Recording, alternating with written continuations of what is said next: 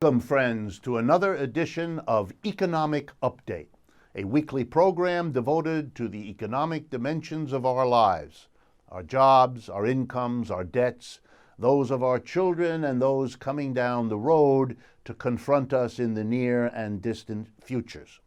I'm your host, Richard Wolff. I've been a professor of economics all my adult life, and currently I teach at the New School University. I wanted to begin today's program by talking for a moment about a historic event with historically important economic consequences. You might have thought I was about to speak about 9/11 and what happened here in the United States and the economic consequences. I am, but I'm just as interested in another memorial. But before I get to it, what were the economic consequences of 9/11 in the United States? Well, there were quite a few. The explosion of government spending on security, homeland security of all kinds, that hadn't happened before, putting all kinds of new strains on the budget, a ratcheting up of military preparedness and military activity around the world along the idea of combating terrorism, which is a complicated thing because we don't know exactly what it is, where it is, when it is, and so it kind of means you have to be armed for everything all the time, and that, for sure, is expensive. And the government pays that bill, and so ultimately, so do the people. It also gave a tremendous boost to the security industry. All the companies that make arms for the government, bombs for the government, drones for the government, and all the companies that produce things for a security-obsessed population, whether it be in the backyard of your house or in your business, in your office, and so on. Security became one of the fastest-growing job categories in the United States, as most major cities began to hire all kinds of people who stand near the entrance of the building, requiring all kinds of procedures before they let people in, and so on. So it did have important economic consequences. But there's another 9/11 that wasn't marked here in the United States, and I want to comment on that too. In 1973, that was the time when the president of Chile, Salvador Allende, was assassinated. And an assassination of a political leader, perfectly legitimately elected earlier to be the new leader of Chile. Chile had been going through quite a change. It had moved to the left among Latin American countries, become much more progressive in terms of its social programs. This had led to a backlash, which took the form of an engagement with the American economics profession, particularly one Milton Friedman at the University of Chicago, who began a program some earlier years training especially Chilean economists who went back and argued that Chile shouldn't go in the direction that the people voted for, but in a completely different, conservative, we would nowadays call it neoliberal direction. Mr. Friedman and his supporters had their chance when Mr. Allende was assassinated, and there's plenty of evidence ever since that the United States, Henry Kissinger in particular, had more than a little to do with all of those events, although the details, of course, will remain secret probably forever. Did it have an effect? Yes, it did. It deflected, it controlled, it stopped a leftward direction among Latin American countries for decades. It took several decades before that reasserted itself, as it did in the 1980s and 90s, slowly, and then in the new century quite more quickly. That is still going on, although it has suffered some setbacks in Brazil and elsewhere, but it had enormous effects on the economic development of Latin America, most of which would have to be counted as negative. Important historical events with important economic consequences. Before jumping into our next updates, I want to remind you that everything you hear or see on this program is also available on our websites, where all of these programs are archived. As I've mentioned in the past, we began in March of 2011. We have produced a unique program every week since without one failure, and all those programs are archived and available, if you're ever interested, on our websites. rdwolff with 2fs.com, and democracyatwork.info. That's all one word, democracyatwork.info. Both of those websites give you ways to communicate to us, to tell us what you like and don't like, what you would like us to do on this program. We read every single one. Both of those websites also provide you with ways to sponsor our programs, to get more information, to get us on your Twitter or Facebook feeds. You can follow us that way and get continuous contact from us with everything new that we put up there. The websites are available 24/7, no charge, of course. All that material, updated continuously, is there for your use.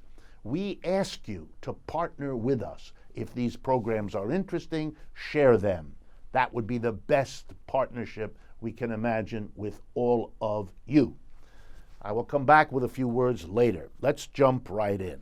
Well, over the last few days, there has been a great deal of celebration that in the year 2014 to 2015, we had an improvement in the average or median incomes of the American people. And indeed, that is cause for celebration. But the celebration has become absurd because it is unaware, and it's hard for me to say that word because it's hard for me to believe that the spokesmen and women are indeed unaware of what I'm about to tell you. That the improvement over the last year doesn't solve the problem of what has happened over the last 20 years. And the story of the last 20 years is much more powerful than what happened in just one of them. Let me explain. The big number of the last few days, median household income. Let's be clear what that means. The median household income means the level of income such that 50% of American households do better and 50% do less. The median is a number we calculate and use because it gives you a sense of where things are going. So there was an improvement over the last year. 2015 was better than 2014. But 2015 might have been better than 2014, but it wasn't as good as 2007, and it wasn't as good as 1997. In other words, over the last 20 years, we have seen a decline in the median household income. Let me give you the numbers. Not that you need to remember them, but so it's clear. Median household income, calculated by the United States government in 1997, roughly 20 years ago, $57,900. That's the number, $57,900. 10 years later, in 2007, the median income had dropped to $57,400. All right, let me repeat that to be clear. From $57,900, 10 years later, $57,400. And what is it in this good year of 2015? $56,600. In other words, 20 years of the declining income of the American people. No wonder folks are upset. No wonder the population is angry and bitter at what's happening to them. And 1 year's improvement, however much we celebrate it, has to be put in the context of a 20-year decline. And what do I mean by context? Let's be clear. Over the last 20 years, the output of the American economy has grown dramatically. Wow. The productivity of American workers has increased dramatically. Well, let's see now. If we've produced a lot more wealth and we've become a lot more productive, how do you account for the fact that the median income of a household has declined all those 20 years? And the answer is simple. All that output, all that growth in productivity and wealth went to the top 5% of the American households. That's why everybody else is doing poorly, and the top 5% are laughing all the way to the bank. Normally, I would stop at this point, the point having been made, I hope, by the statistics released by the government. But I can go one better today, and I want to do that, since The opportunities I have to celebrate the Wall Street Journal are few and far between, given the political and ideological orientation of that newspaper. But I want to give credit where it's due. On the 13th of September, that's just a few days ago, the Wall Street Journal carried an article written by Josh Zumbrun. I hope I'm pronouncing his name real well. I'm going to spell it so those of you who might want to pursue this can do so. Z-U-M-B-R-U-N. Josh Zumbrun. September 13th, Wall Street Journal. And there his article is entitled, U.S. Poverty and Income Inequality in 9 Charts. And there they are. If you're interested, all that I have just told you is beautifully and clearly laid out in those charts by the Wall Street Journal, showing that poverty is a serious problem in the United States that has gotten worse over the last 20 years, that inequality has gotten much worse even than the story of household income. No wonder Bernie Sanders captured the imagination of millions. No wonder Mr. Trump is able to do the same from a different perspective. The economics of the United States are shaking this society to its foundations. Let me get at this in another way. Recently, there have been a number of studies that have talked about maternal and paternal leave policies. What does that mean?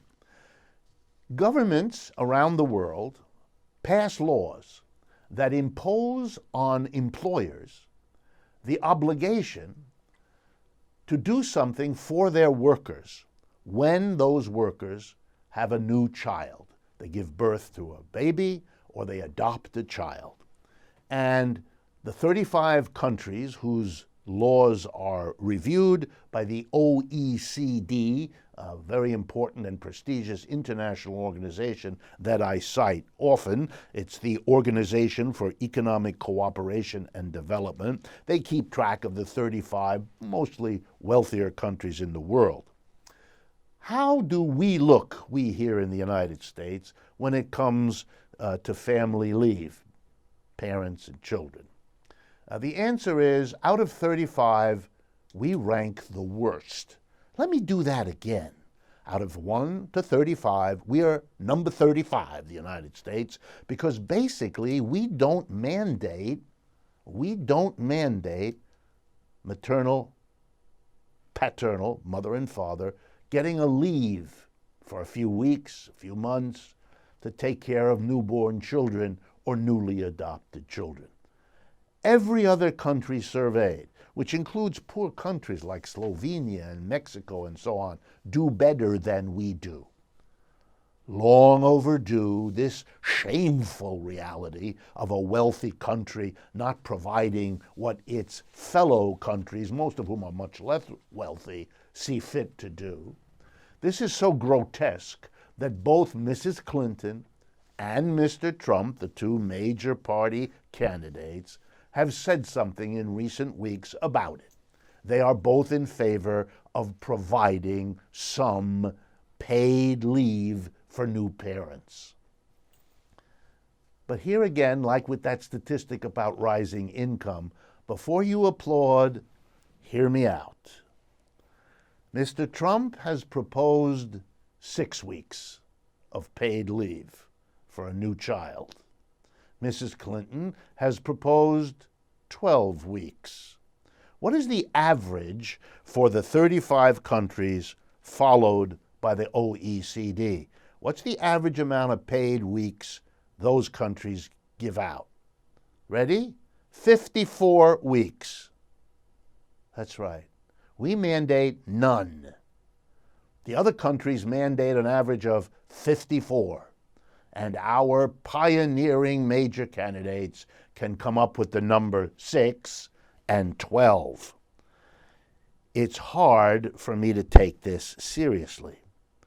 Countries like Estonia, Finland, Hungary, Slovakia, they're all ahead of us. They always have been for many, many years, and they continue to.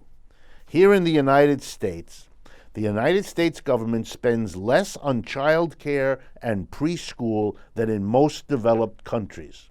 This is a story from the New York Times on the 15th of September, 2016. When you add up federal, state, and local government spending on child care and preschool, it's less than 0.4% of the gross product of the United States. In France, Britain, and New Zealand, the New York Times reports, it's 3 to 5 times greater. What possible excuse can be made for this? Next economic update. The Kaiser Foundation is a famous foundation here in the United States. The Kaiser Family Foundation is its formal name, and it has just released a survey about health care costs here in the United States. And it has many dimensions that I could spend time on if I had more, but there's one that I wanted to bring to your attention. Commentators have been struck in recent years that the rate of growth of spending on health care has slowed dramatically from what it had been until recently. There's a debate about what the reasons are, but for me, the most persuasive argument is that economic pinching of the mass of people, the very thing that we've discussed a few moments ago. 20-year declining household income explains, I think, quite well why families increasingly postpone, avoid going to the doctor, because they don't have the money. That the decline in spending is not because we're more efficient in providing medical care, it's because more and more people can't afford it. That's the honest truth, and so they're not going. But there's a greater and more important statistic that the Kaiser Family Foundation survey resulted. While businesses are not spending as much for their medical insurance because working people are not going to the doctor the way they once did, that has not stopped employers, public and private, from shifting more and more of the cost of medical insurance off of themselves and onto the workers. Here is a stunning statistic from the Kaiser Family Foundation. Between 2006 and 2016, that is over the last 10 years, the average annual deductible for a single person's coverage among the workers who were covered went from $500 per worker per year. That's the part they have to pay. Deductible means before the insurance kicks in, you have to pay that amount. In 2006, the average was $500. In 2016, the average, $1,500. You heard me right. The amount that the worker has to pay has tripled, even though the rate of growth of what the employer who hires that worker has to pay for the insurance hasn't gone up very much at all. So the cost of health care not rising as fast because people don't go. And when people go, they have to pay much more of the cost of their medical care than they did before. That is as profound a burden on the American working class of people as anything else. So when politicians, and most recently it was Bill Clinton, campaigning around the country, telling everybody what a wonderful thing it was that the number of uninsured Americans, that's people who have no health insurance at all, is down to 9%, and heaven knows, while that is not 100% as it should be, it's better than it was.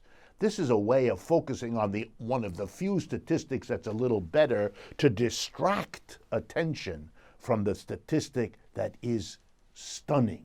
Across the administration of Barack Obama, the average worker covered by insurance saw his or her deductible, the part they have to pay, go from an average of $500 a year to $1,500 a year.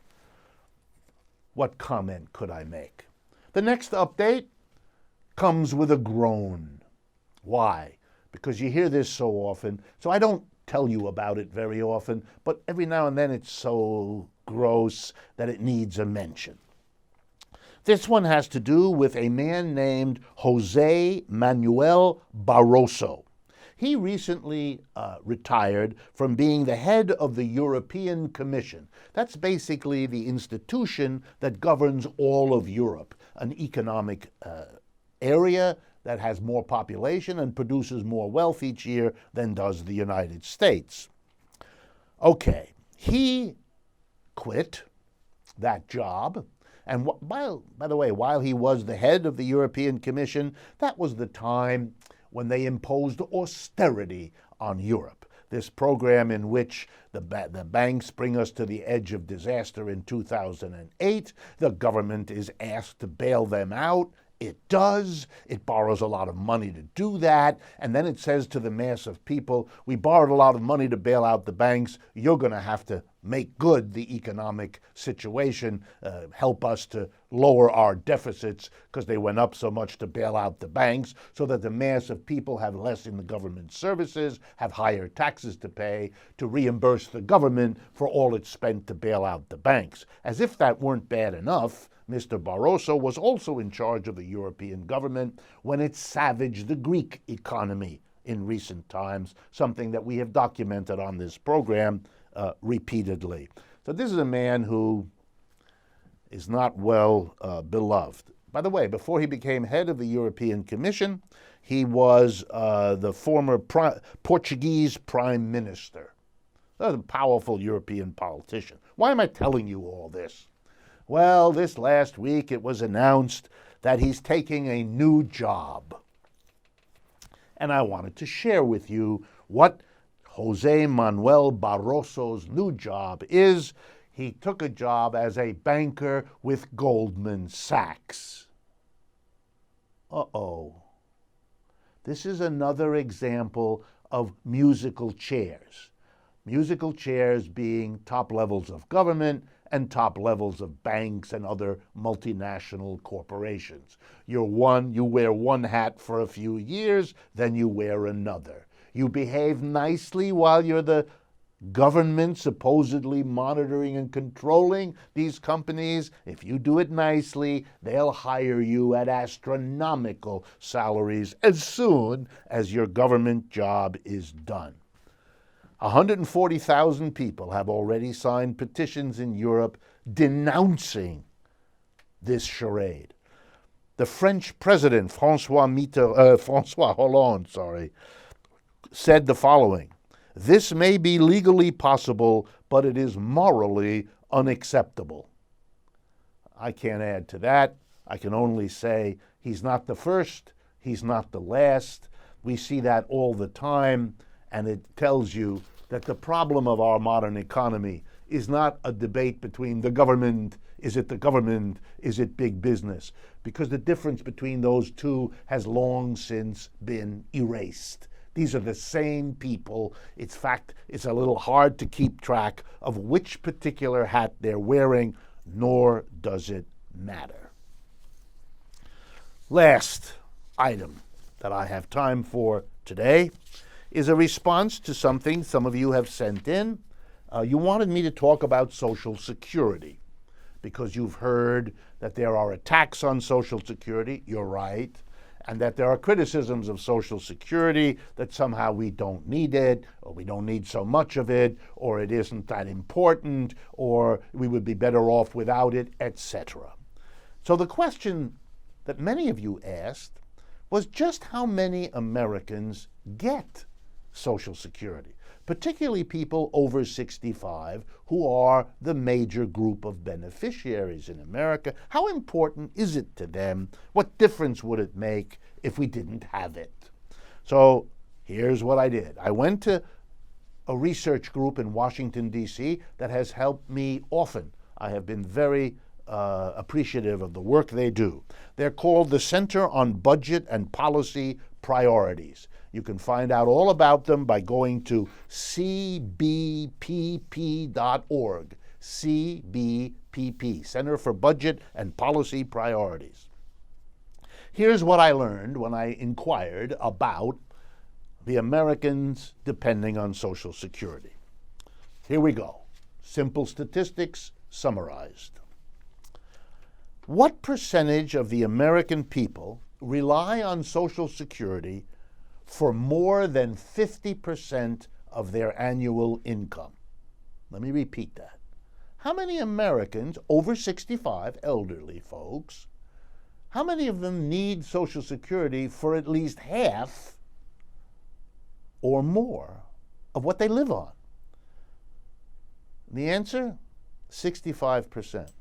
Nearly 2/3 of our elderly, that's people over 65, the vast majority of whom have given a lifetime of labor to this economy, have worked, raised children, been members of their communities, and want to have a retirement that is safe, that is comfortable.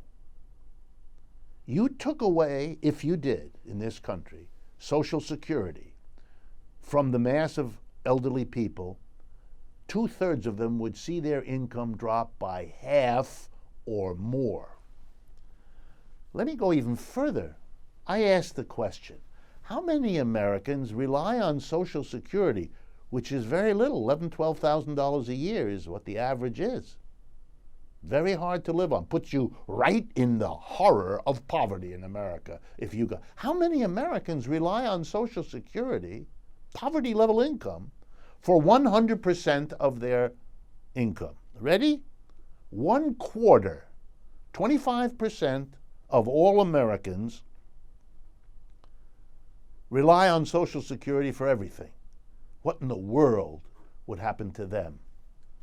What kind of homelessness, what kind of poverty, what kind of begging would we have if we took away Social Security from 25% of all Americans? And for Hispanic Americans, that number is over 40%. Rely altogether, 100%, on Social Security. Attacking Social Security is a level of cruelty and insensitivity beyond words. Folks, we've come to the end of the first half of today's economic update.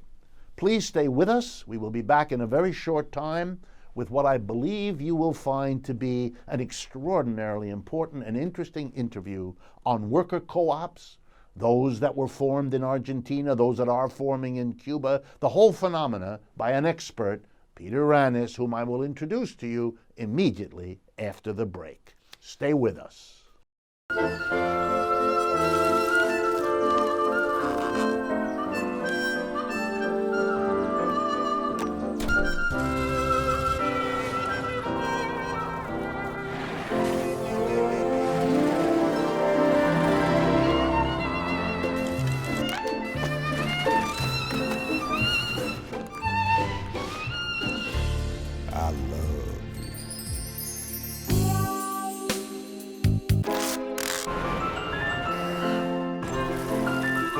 Strawberries? Okay.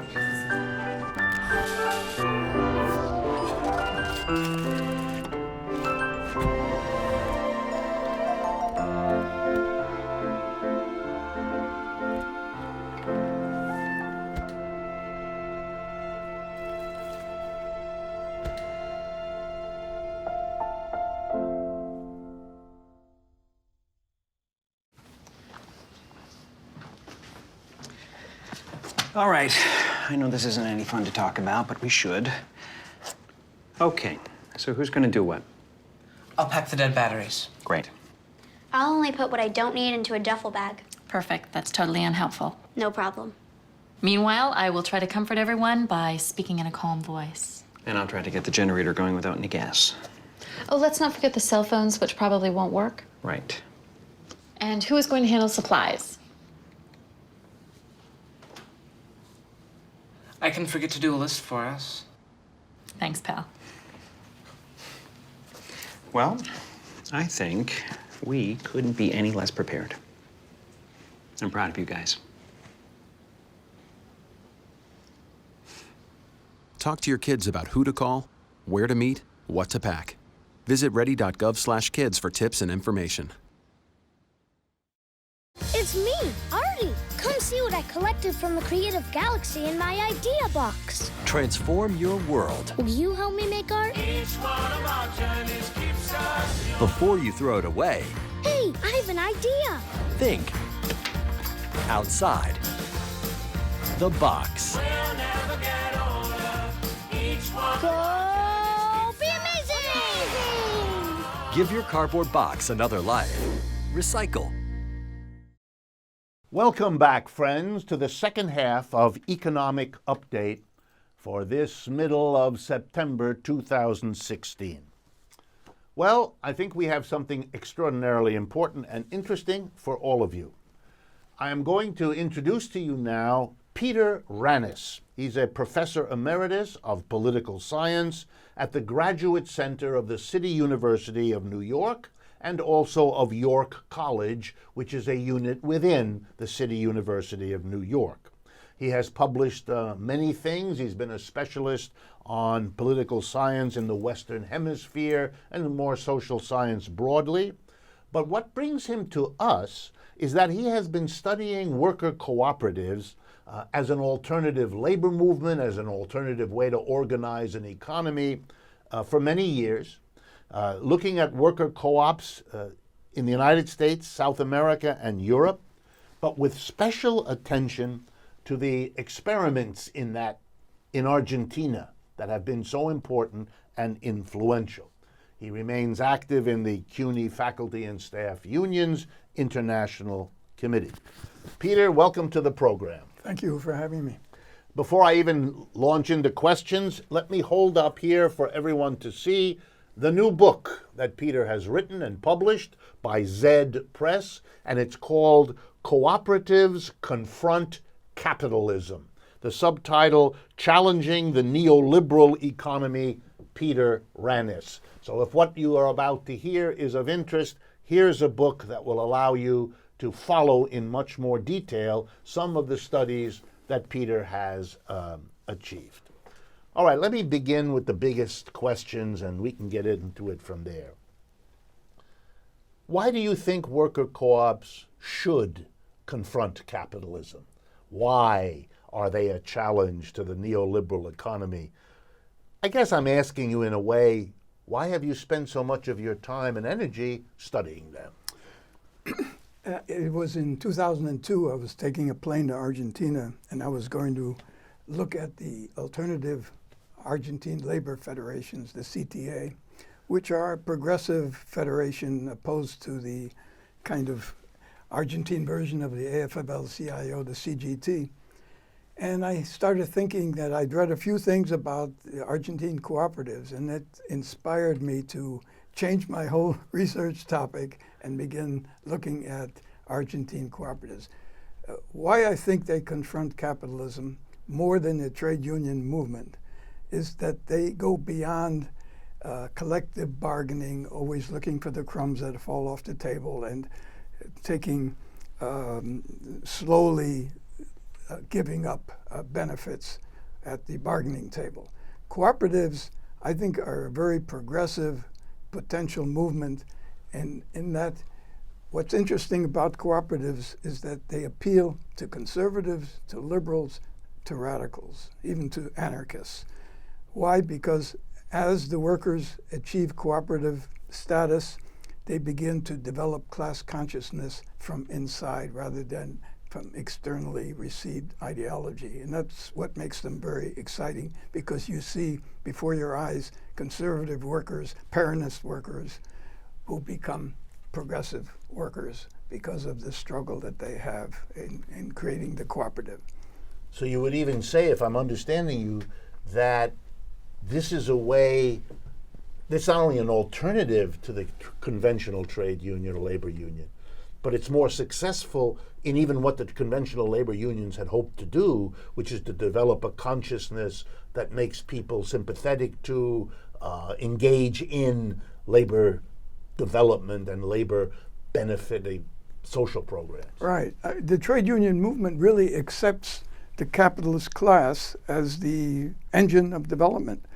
Cooperatives really realized that the market is probably necessary under any system, but The capitalist is not. The manager is not. And unions have not accepted that. Maybe there's a few unions who are open to that view, but very few in the United States or in Argentina.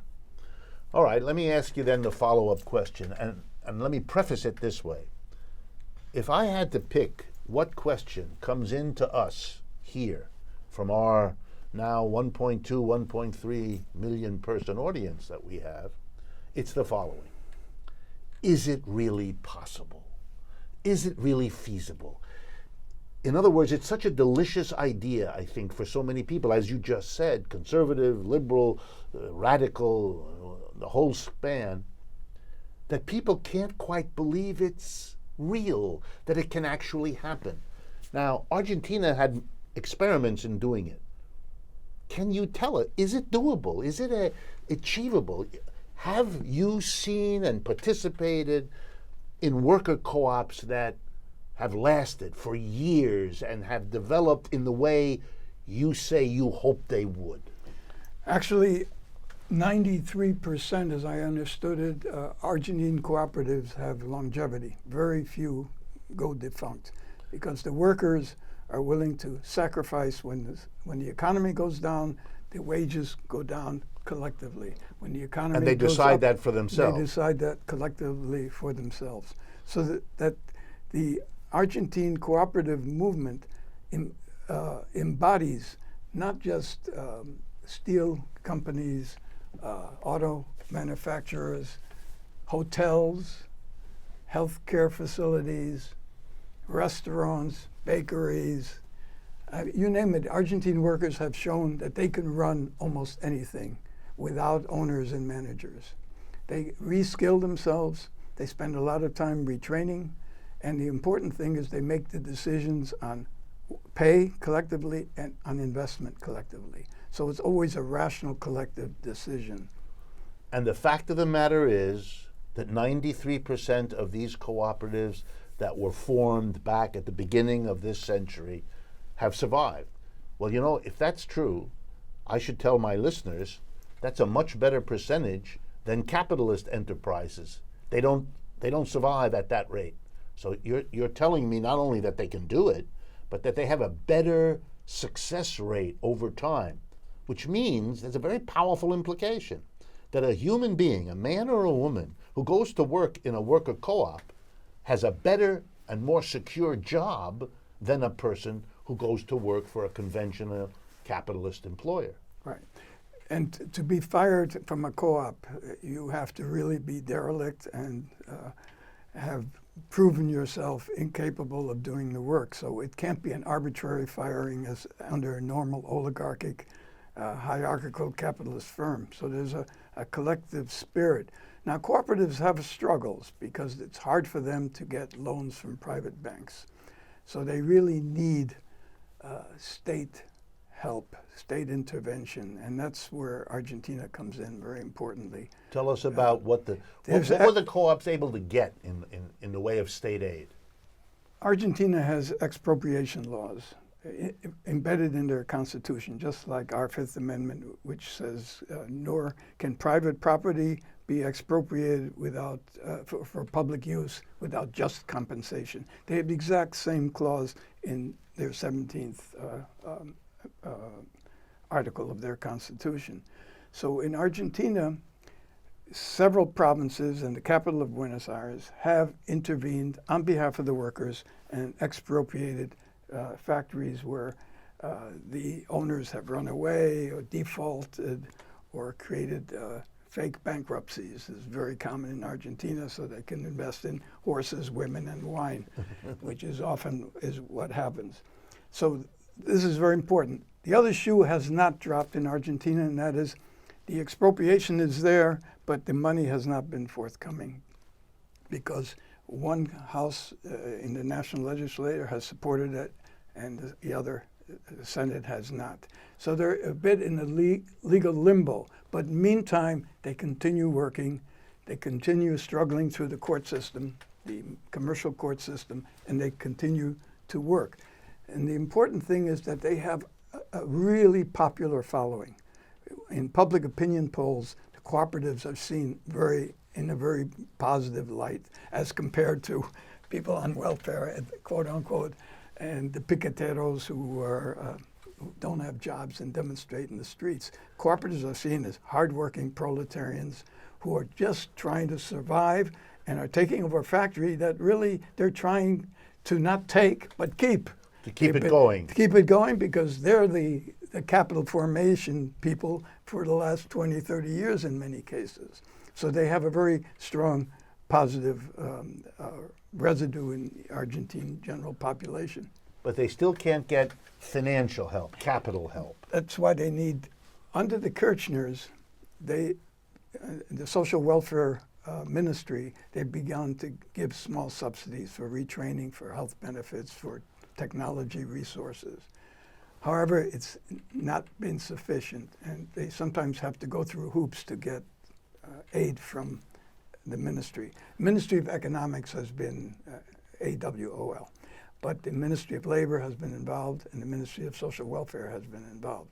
So the situation is complex in Argentina, but you have the case of about 360 recuperated enterprises. This is the key contestatory relationship. These are workers who have camped out, taken over the factories, and where the police haven't dared to come in and smash heads because the community has surrounded the factory. Left-wing parties, community activists, students from University of Buenos Aires have come to their aid. The reason is because there's a populist uprising in Argentina that understands that cooperatives are an alternative to the normal capitalist status quo. Let me do a little economic history for people listening. Capitalism, 200 to 300 years old, has benefited. Capitalist enterprises, whole industries, firms, have benefited from government capital subsidies, tax reductions, loans, outright grants. I could make a very fat book just listing all the ways that government money has subsidized capitalism. It's remarkable that an alternative sector like the co-op, with its kind of popular support, can't simply say, we represent an alternative, we are just as deserving of governmental subsidy and support. We're not asking for something that wasn't given to the alternative capitalist. We're asking for treatment on a scale that's comparable, and that would then provide the capital that these enterprises, these co-op enterprises need to really show to the large community what they can do, how they can work, if given the same amount of support that the capitalists did. Otherwise, it's not a fair fight at all. It's a fight between one sector cashing in on 200 years of government help and another sector being told there isn't any government help for you. I think, as you say, Rick, I think, for example, in the United States, until, and this is a major message in my book, is eminent domain has to become part of public policy, just as taxation and subsidies for private industry, as you say. Eminent domain is there to be used. It's a public policy. It's been supported by the Fifth Amendment of the Constitution. It's been applied in various You mean here in the United States? Yes, Supreme Court cases, the Kelo case, for example, in New London. There was a case in Washington, D.C. of clearing the southeast part of Washington, D.C. for housing. Could you, just for our audience's sake, remind us, what exactly is eminent domain? What does it mean? Eminent domain, it's been used in the United States since practically the early part of the 19th century. And often it implies that the state has the right, in a Benthian sense, to do something for the community, popular good of the majority. Sometimes it hurts another group while it's doing eminent domain. However, it's a public policy that focuses on production, on increasing taxation, on employment. And eminent domain is so critical this day and age. Most of the time it's been used with a mixed public-private sector. For example, the Pfizer plant in New London that came to a bad end. But the idea is that it can be used by the public sector to defend workers in companies that are about to flee to another country or often to another state. And it's at that moment that expropriation through eminent domain would be proper because there are no victims. Sometimes eminent domain, in other cases, has a victim of a mom and pop garage or a house. Like in the Kilo case, a woman had a pink house on Long Island Sound that she was defending. In the case of eminent domain on behalf of workers, there are no victims. You pay off the leaving enterprise, you create eminent domain and allow the workers to form a cooperative. At that point, and the state has, in the United States, local government, regional government, state government, federal, they all have the right, in the interests of the broader community, to require a capitalist who owns an enterprise to sell that enterprise at the so-called market rate, to enable the governmental level that does this to turn it over to a worker cooperative to save the jobs, to save the tax revenue for the community, and that's all a perfectly legal procedure and only needs the political will to enact it. It's not any different from, let's say, rent control or decisions about health care or various interventions from state to protect its citizenry. In terms of eminent domain, it's not a revolutionary potential policy at all. It's just saving jobs and saving tax benefits and allowing the workers to stay on their jobs. So you pay off the runaway company and then you subsidize the workers. They probably need some kind of long-term investment, long-term credit, or subsidies, direct subsidies. But that's not unusual. I just read recently where Cuomo gave Alcoa $70 million to stay in upstate New York. Absolutely. Meanwhile, happens every the day. New York City Council has given cooperative formation in New York, which was tremendous change, $3 million. Right. $3 million for the development of 30 co-ops in New York City. But Alcoa got $70 million for one company staying in upstate New York. Right. And that's the potential we have in using eminent domain. Tell us a little bit about Cuba, about the co-ops that you have studied or visited. Give us a sense, because there's a government that used to believe in mainly state enterprise in the manner of the socialist bloc, as we used to call it.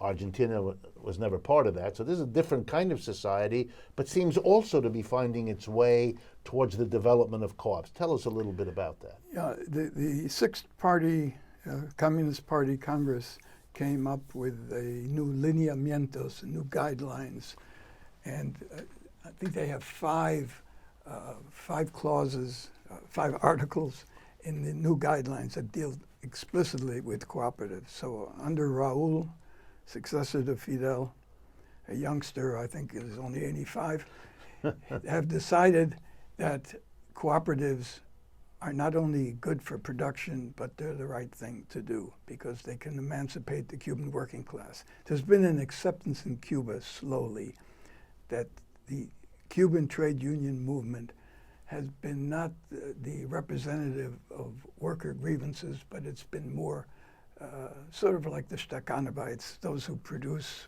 get rewards. Work harder, yeah. Work harder rather than what are the grievances of the working class. So they've begun to move in the direction of cooperatives. There's several hundred that have been created in the service sector, industrial sector. Most of them have been state enterprises that have been turned over to cooperatives. So, but that, let me just underscore that. That means that instead of the state determining what happens, who runs it, and all of that, they really have devolved that. They have changed that and made it an enterprise run and operated by the collective of workers. I mean, is it a real transition like that? Yes, it's still, we don't know. There's a problem. There's also a series of stages that they go through. And it goes right up to the Council of Ministers and probably the Politburo. So it's not easy. But the Seventh Party Congress that just met in April has said we will continue on this road in creating cooperatives. And we know in the agricultural sector, the cooperatives that are most productive are those run by the workers in the field, so to speak, rather than those who are fulfilling government mandates. Right. They're more autonomous, more entrepreneurial, if we can use that word. The problem is that we tend to think of entrepreneurial in the capitalist term, right. But workers can be entrepreneurs entrepreneurial, use the market, but still be democratic and participatory. And that's what's so important about cooperatives. Well, you as a student of this, what's your feeling as the likely direction that Cuban co-ops will go? Will they proliferate? Will they grow? Is this a commitment that will allow that to happen? Yeah, Fidel, back in '61, he made a very famous speech that all Cubanists know. He was talking before the UNIAC, the Union of Writers and Intellectuals and Artists in Cuba, and he said the famous phrase, "Within the revolution, everything. Outside the revolution, nothing." And I think that mentality is still existing in Cuba, so that Cuba is beginning to think of cooperatives as a bacillus against the resurgence of capitalism in Cuba, and yet at the same time decentralizing the state. So cooperatives in Cuba, it's the first country in the world where a government has put its energy and its money into creating a cooperative society. It's going to be in stages, but the seeds are there. Okay, amazing.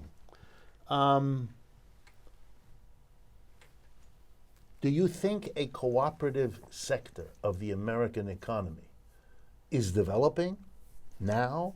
Do you think it can grow? What are the prospects, just in your mind as a student of this, for a non-capitalist co-op sector to become a significant part of the American economy? It has to become the default resolution in crises. It's probably not going to happen at the federal level, as I see it, but it will happen in progressive states, Washington, Wisconsin, New York, and so on. And cities, different cities, Seattle, New York City, Madison. There are moves towards seeing cooperatives as a very legitimate alternative to typical capitalist oligarchic firms. Now, it's not going to be easy, but I see cooperative development as really the way for the United States to move towards what we would all like to see is the development of a social democratic party, a socialist party. I don't believe it's going to happen from top down. As you see, Bernie himself understood, I've got to work through the Democratic Party. Right. Our single-member election system, our electoral college, makes it virtually impossible for a third party to get anywhere. But if there's a groundswell from below that builds up on cooperatives, then a political party can latch onto that and begin what it calls up the cooperative party or socialist party. It makes no difference, but I think it has to be from the economy before the political intervention. Yeah, I noted recently, and you remind me of that, I learned recently that Great Britain, the United Kingdom, has had for the last 100 years a cooperative party, and that the cooperative party has seats in the parliament, both the House of Commons and the House of Lords, that it has an electoral alliance with the Labour Party in Great Britain, so that the notion that there could be a political party, one of whose central commitments is the growth, the development, the aid of the government to a cooperative sector, that in a sense, the sketch of how to do that already exists in a country rather like the United States in many ways, Great Britain. And it is fascinating to imagine that co-ops could become perhaps the base of support for a party in exchange for the party using the lever of government to build and sustain co-ops. Because if you did that, then you'd have a real competitor to the Republican and Democratic parties who do that for capitalist enterprise and who always have. I don't see an alternative because, as you well know, that the two leading parties are both, quote, bourgeois parties. What we need is a new alliance between the state under crisis. Probably we have to have more bad news before the good news. The state under crisis, creating new coalition with the civic society and creating a kind of new worker hegemony that creates the potential for real economic change. Otherwise, I don't see how the American working class can survive under present conditions with the technology what it is, with the multinational corporations which have no loyalty to community or country, will forever use the world as their stamping grounds. I think each working class has to deal with its government within a particular nation. It would be nice to think working class of the world unite, but it's not going to happen that way. Different countries have to deal with their capitalist class individually, and then that becomes the default model for others to copy. So if I could conclude, since we're running out of time, do I hear you right? You're optimistic? You think that the silver lining, if I could say, on the imminent crises you see besetting capitalism are that they create opportunities for this alternative to emerge? I think so. I think the cooperatives are a sensible alternative to the capitalist firm because of their commitment to their communities, whether it's in Toledo or Cleveland or Cincinnati, New York. They have a sense of the collectivity, and they have a sense of their responsibility to the community. They never will be flight capital. They're committed to their community. That's where they were born, and that's where they will remain. Peter Panis, thank you very, very much for being with us. Once again, here's the book, Cooperatives Confront Capitalism. I think it's worth your pursuing these ideas. I'm glad to have had Peter on. Thank you very much. Thank you for having me. And we're done with today's program, and I look forward to speaking with all of you again next week.